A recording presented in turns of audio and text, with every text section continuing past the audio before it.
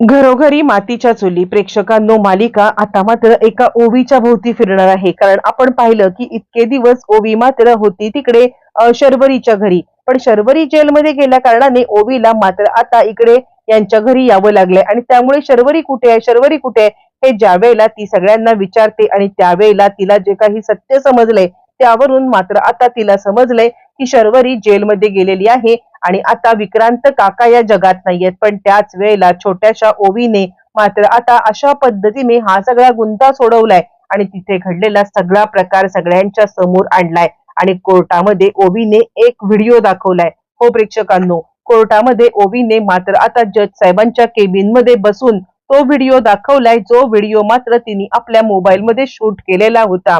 आणि शर्वरीचा मोबाईल घेऊन तिने केलेला शूट मधला व्हिडिओ मध्ये स्पष्टपणे विक्रांतला मारण्याची धमकी दिलेला राहुल दिसत आहे. आणि दुसरा परिस्थितीजन्य पुरावा म्हणजे राहुलने फसवलेली एक पीडित मुलगी. हे सगळे जण मात्र आता ज्या वेळेला एकत्र आलेले आहेत त्यावेळेला राहुलचा पर्दाफाश झालेला आहे. राहुल या सगळ्यामध्ये पुरता अडकलाय आणि राहुलला मात्र आता या सगळ्यामध्ये वाचवणारं कोणीच नाही. आणि त्याच वेळेला एक तिसऱ्या व्यक्तीचं कोर्टामध्ये शेवटच्या क्षणाला प्रेझेंटेशन झालंय. काय झालंय, कसं झालंय, सविस्तरपणे इकडे आपण पाहिलं की जानकीला एका मुलीचा मेसेज आलाय आणि जानकीला ती मुलगी सांगत आहे की जानकी, मी कोर्टामध्ये साक्ष द्यायला येईन, पण मी डायरेक्ट कोर्टामध्ये साक्ष द्यायला येईन म्हणजे कारण जर का आता समजलं ते म्हणजे इकडे राहुलला की मी तुमची साक्ष देणार आहे, तुमच्यासोबत साक्षीदार म्हणून येणार आहे, तर मात्र राहुल आता मला धमकवेल आणि मग मला येता येणार नाहीये. म्हणूनच मी आता डायरेक्ट कोर्टात येते. आणि त्यावरती जानकी म्हणते ठीक आहे, आपल्यासाठी ही आता खूप आनंदाची गोष्ट आहे, कारण आपल्याला मात्र आता एक साक्षीदार मिळालाय. आणि त्यानंतर मात्र आता इकडे सांगायला लागते ते म्हणजे अवंतिका की वहिनी वहिनी खूप मोठी गोष्ट घडली, ओवी मला भेटली होती. म्हणजे मी ओवीला जस्ट असंच विचारत होते की तिकडे काय घडायचं, कसं घडायचं, शर्वरी आत्या आणि आता विक्रांत काका यांच्यामध्ये काही भांडणं व्हायची का. पण ज्या वेळेला मी आता ते सगळं विचारलं ना आणि त्याच वेळेला ओवीने जे काही सांगितले ना वहिनी, त्या गोष्टी मात्र आता महाभयंकर आहेत. आणि त्यावरती मात्र आता जानकी म्हणते काय सांगितलं ओवीने. आणि त्यावरती लगेचच ती सांगायला लागते ओवीने जे काही सांगितले ना, फक्त ओवीने सांगितलं नाही तर ओवीने व्हिडिओ शूट केलाय. तितक्यात तिकडे आलेला आहे तो म्हणजे सौमित्र. आणि सौमित्र मात्र आता आल्यावरती म्हणतो म्हणजे शर्वरीचा मोबाईल जो आहे ना तो मोबाईल मात्र आता आपल्याकडेच आहे, त्यामुळे ओवी जे काही बोलते त्याची शहानिशा करता येईल. लगेचच तो मोबाईल आणला जातो आणि मोबाईल आणल्यावरती मात्र आता इकडे त्या मोबाईल मध्ये असलेला व्हिडिओ आणि त्या व्हिडिओमध्ये केलेलं शूट पाहून जानकीला आता विश्वास बसलाय की शर्वरी जे काही बोलते ते खरं आहे. शर्वरीने या सगळ्यामध्ये काहीच केलेलं नाहीये. हा म्हणजे शर्वरीने राहुल सोबत प्रेम केलं ही तिची चुकी आहे, पण त्या व्हिडिओमध्ये मात्र आता विक्रांतला कळलंय की हा शर्वरीला फसवण्याचं काम करतोय. म्हणून विक्रांतने धमकी दिली राहुलला. आणि राहुलला धमकी दिल्यावरती मात्र आता ज्या वेळेला त्याने राहुलला धमकी दिली की शर्वरीपासून लांब राहा, आणि त्यावेळेला चिडलेला राहुल मात्र त्याच्या अंगावरती धावून गेलाय. शर्वरी माझ्यावरती प्रेम करते, तू शर्वरीपासून लांब राहा. यावरती मात्र आता विक्रांताला सांगतोय की ती माझी बायको आहे आणि मी तुला एकदा सांगितले ना तिच्यापासून लांब राहा. आणि त्यावरती तो म्हणतो जर का तू आमच्या मध्ये आलास ना, अशी राहुलने धमकी दिली की तू मध्ये आलास तर तुझाच गेम करेल.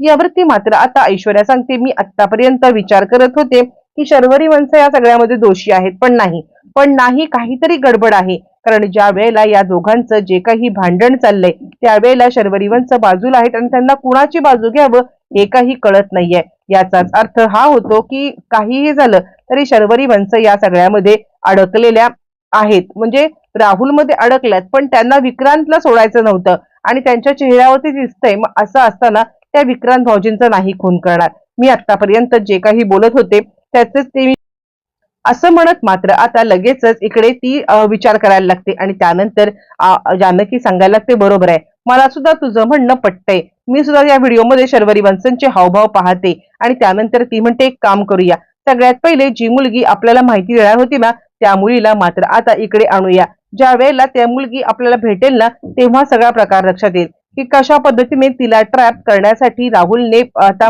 म्हणजे सापळा रचला होता. राहुलने रचलेल्या सापळ्यामध्ये ती कशी अडकले, काय घडलं होतं, यावरती मात्र आता इकडे सांगायला लागतो तो म्हणजे सौमित्र म्हणजे ऐश्वर्या मला माफ कर, खरं तर आता मला असं वाटत होतं की मी या सगळ्यामध्ये मात्र आता तूच काहीतरी केलेस, पण खरंच माझ्याकडून चूक झाली. आणि खरंच तू मला माफ कर, तुझ्यावरती संशय घेणं हे आता किती चुकीचं आहे हे मला आत्ता समजलेलं आहे. आणि त्यावरती मात्र आता लगेचच जानकी सांगायला लागते, तेच तुम्हाला सगळ्यांना सांगण्याचा प्रयत्न करते. आपसात भांडून काहीच होणार नाहीये. आपण जर का आपसातच भांडत बसलो ना, तर मात्र आपल्या आपल्यात वाद होतील आणि जो काही मेन मुद्दा आहे ना, तो बाजूला राहील. असं म्हटल्यावरती मात्र आता लगेचच इकडे चर्चा होते आणि ऐश्वर्या म्हणते, ते काही नाहीये. शरुताईंची आपण एकदा सगळ्यांनी भेट घेऊया का? आणि तुम्ही आमच्यापासून खरंच काही दुसरं लपवत असाल तर आम्हाला सांगा, असं म्हणू. त्यावरती जानकी म्हणते, शरुताईंची भेट तर घेऊ, पण त्याआधी मला वाटते ओवीशी आपण बोलून घेऊया. ओवी काय बोलते, कसं बोलते हे आता जर का आपल्याला समजलं ना, मग मात्र कळेल. असं म्हटल्यावरती मात्र आता लगेचच इकडे जानकी सांगायला लागते, ओवीला बोलवा, ओवीला आता मात्र ऐश्वर्या तिच्याशी गोड गोड बोलायला लागते आणि तिला आता गोड बोलून सगळं काढून घेण्यासाठी ऐश्वर्या तिला सांगायला लागते, ओवी मला सांग ना, तू अजून मला काही गमती जमती आता सांगितलंच नाहीस. यावरती ती सांगायला लागते, कसल्या गमती जमती? आणि ती सांगते, अगं नाही, म्हणजे तू शर्वरी आत्याकडे होतीस ना तेव्हा काय घडलं? यावरती ती म्हणते, नाही, शर्वरी आत्या जेलमध्ये का टाकले ते मला पहिले सांग. शरू आत्तूला जेलमध्ये टाकण्याचं कारण काय? यावरती ती सांगते, मग आता ऐश्वर्या सगळंच तिला सांगायला लागते. ऐश्वर्या सांगते, तू जर का माझी मदत केलीस ना, तर आता शर्वरी आत्तूला या सगळ्यामधून आपण आता काढू शकतो. असं म्हटल्यावरती ती म्हणते, म्हणजे काय? ती सांगते की शर्वरी आत्तूला टाकलेलं आहे ते म्हणजे जेलमध्ये, कारण विक्रांत काका या जगामध्ये नाहीत हे तुला आतापर्यंत समजलं असेल ना. आणि ती म्हणते, नाही नाही, पण शर्वरी आत्तू कधीच असं काही करणार नाहीये. आणि त्यावरती मात्र आता लगेचच ऐश्वर्या सांगायला लागते, मग तू हे कोर्टामध्ये सांगशील का? तिकडे जे काही तू पाहिलंस ते सगळं तुला आता कोर्टात जाऊन सांगायचं आहे. ओवी सांगायला लागते, जर का शर्वरी आत्याला सोडणार असतील ना, तर मी नक्कीच आता कोर्टामध्ये जाऊन हे सगळं सांगायला तयार आहे. असं म्हटल्यावरती ऐश्वर्याने ओवीला तयार केले. फायनली कोर्टाचा दिवस उजाडलाय आणि त्यावेळेला मात्र आता सौमित्र आणि अवंतिका एकत्र लढायला आलेले आहेत.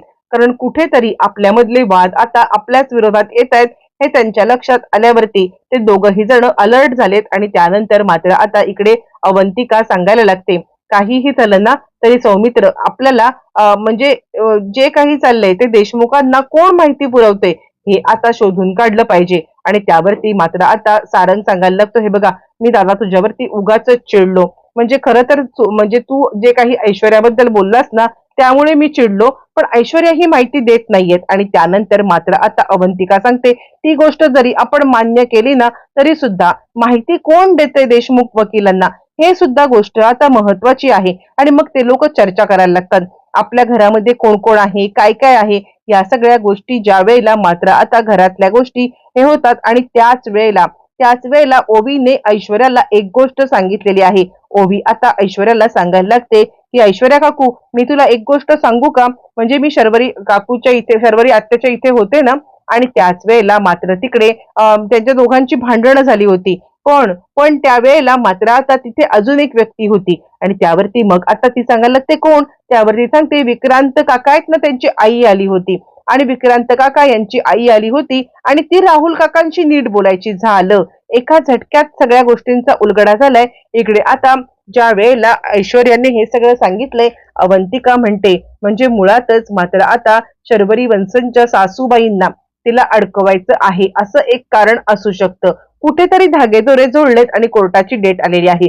कोर्टामध्ये मात्र आता अवंतिकाने डायरेक्ट आरोपीच्या पिंजऱ्यामध्ये राहुलला उभं केलंय आणि आता इकडे आणलेला आहे ओवीला विटनेस बॉक्स मध्ये. आणि त्यानंतर मात्र आता अवंतिका सांगते की ज्या दिवशी हा खून झाला त्याच्या आधी 4 दिवसाचा हा व्हिडिओ आहे आणि हा व्हिडिओ कोर्टासमोर सादर करण्यात यावा.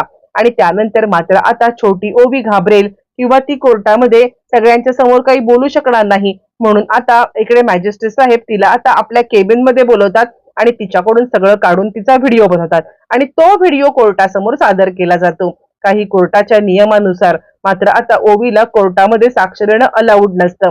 आणि त्यामुळे तो व्हिडिओ जेव्हा चालू होतो तेव्हा ओवी सांगायला लागते की या काकांनी विक्रांत काकांना मारण्याची धमकी दिली होती.